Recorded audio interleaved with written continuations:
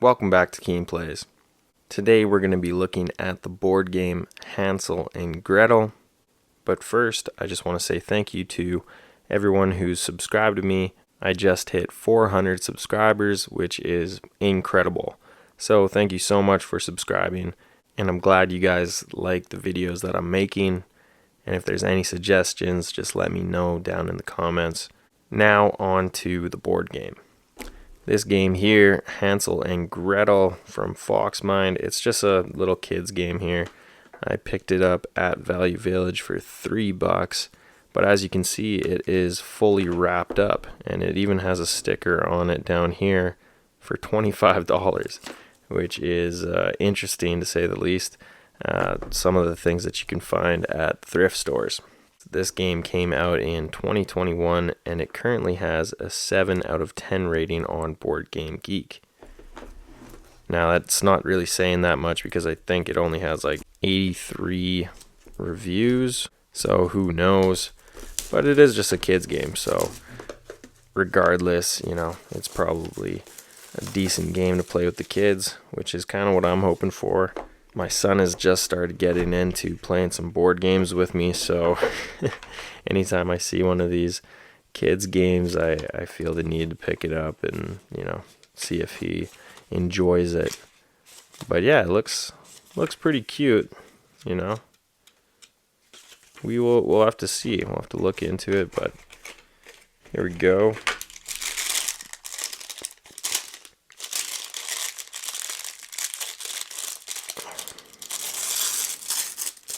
Looks like, okay.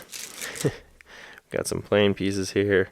Looks like we've got the witch and Hansel and Gretel. Just nice wooden pieces. Pretty cute artwork on them. Very nice. And we've got some cardboard cutouts here. Looks like some candy and some more cutouts. Okay. So I'm not really too sure what this game is like, how you play it or anything like that, but it looks like you're trying to do some kind of matching game here. Oh. But I'll punch all these out and then we'll get into how to play this thing.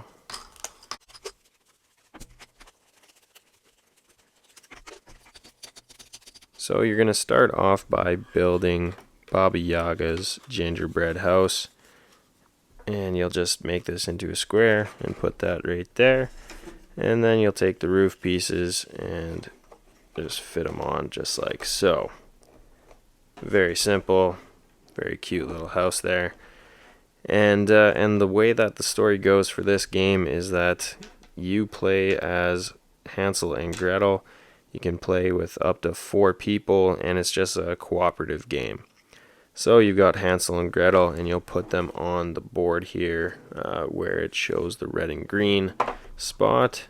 You'll just slip them on there, and then Baba Yaga, this witch, will go on her starting space over here on the purple. And in this game, you are trying to evade Baba Yaga, and she is trying to catch you. You're basically just running around the gingerbread house, and occasionally you are able to take some gingerbread cookies from the house. If you ever get up to 5, you automatically win the game, but if Baba Yaga ever gets on the same space as you or passes you, then you lose the game. So the setup is fairly simple. You'll make the house and set up your characters on their starting spaces, and then you'll take all of these candy tiles here and you'll mix them all up after taking out these 4 hat tiles. These are Baba Yaga's hats, and you'll take them out, and then you'll mix up all of these candy tiles here into 4 piles that are relatively the same size. And then you'll give each player playing 2 of these tiles. So in a 2-player game, you'd go like that and even out the piles. And then you'll take 1 Baba Yaga hat for each pile, and you'll slip it in there and mix each one of them up. And there we go. You'll also have these gingerbread cookies here. You have 8 of them, and you'll mix those up. And then you'll take 5, and you'll put them on top of the gingerbread house.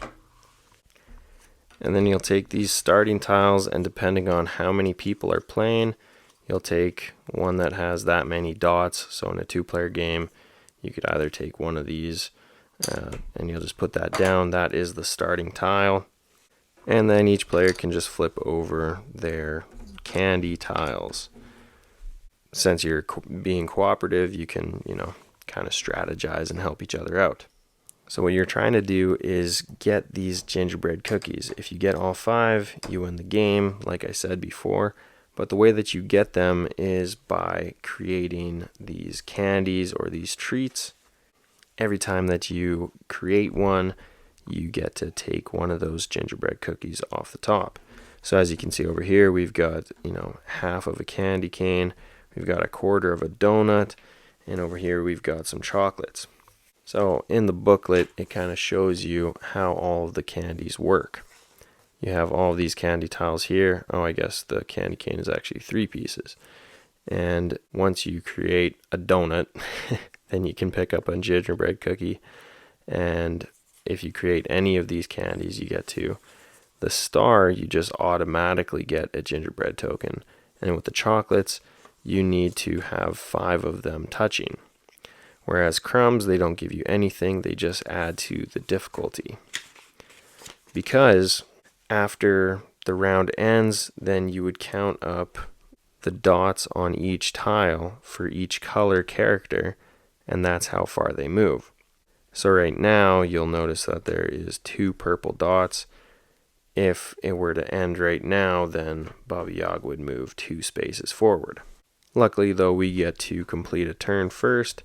So this guy's turn, he can lay down this, and it'll go right there, and then you replenish your hand. This person, well, now we've got a couple of candy canes, so maybe he'll put this one over here, or maybe he'll go like this.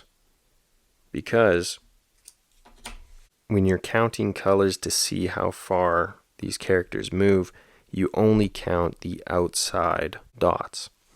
So in this case, the round just ended. We've got 1 red dot on the outside, so Gretel would move forward 1 space. But purple has 2 dots on the outside, so Baba Yaga would move 2 spaces. Hansel doesn't get to move at all because there's no green out there at all yet. And then the next round begins. So this person's turn, they can add to the candy cane. Unfortunately, it looks like we're going to have to cover up that green, so Hansel still won't be able to move, but maybe it'll be okay. Now this person's turn, might as well cover up one of these purples so that Baba Yaga doesn't get to move. And when you're placing these tiles, they always have to be touching. And pick up a tile. There we go. And now we'll count them up again. Looks like red moves forward 1 more space again. And purple moves forward 2 spaces. So right now it's looking pretty scary for green. But let's see if we can make something happen here. So I think if maybe we'll go like this. We'll cover up that purple. And we'll pick up. And this person's turn, maybe I'll cover that purple. And when you're counting these dots to see who moves, you always go with Hansel and Gretel first. So in this case, Gretel would move 2 and Hansel would move 1. And we covered all the purple spaces, so there's none on the outside. So Baba Yaga doesn't get to move at all. And you'll just keep doing that until either you get caught by Baba Yaga or you are able to collect gingerbread cookies, which we haven't actually seen yet because we haven't been getting any of the right combinations yet. But let's say if we were to keep going, maybe we'll get those donuts down. Hey, look, there's another one. So as soon as one of the players places their tile and creates a candy or a treat of some kind, then they get to pick up the top gingerbread cookie. And they flip it over and it'll have a special ability. So on this special ability, it shows that the players can choose any two colors to move either forward or backward depending on here. So it looks like we need green to get farther forward, but we've only got one green here. So maybe if we choose purple to go backward, we've got 3 purples, so let's send purple backward and then green forward 1. There's also just the special ability of doing that for one character, and there's this one which freezes a character and they aren't able to move that turn. Which you might think that you would only ever freeze Baba Yaga, but if you're ever in the position where you're right behind Baba Yaga and you have to move forward 3, that's actually how you can lose the game. So if you had this special token here, you could play it and say, well, Gretel's not going to move this turn and she'll be safe. So anyways, those are the gingerbread cookies. And like I said, you'll just you'll keep going, placing these tiles down, picking up new ones, trying to finish these candies before Baba Yaga gets you. And meanwhile, you're racing around the gingerbread house trying to get away from Baba Yaga. Baba Yaga's trying to get you. And the only other thing that I haven't gone over is if you were to ever pick up, there we go, one of Baba Yaga's hats, then Baba Yaga gets to move immediately however many spaces it shows on the board. So in this case, it would be 1, 2, 3, 4. And there you go. Like I said, you keep going. You're trying to complete these candies to pick up these gingerbread cookies, and then you're able to use these special abilities when you get them.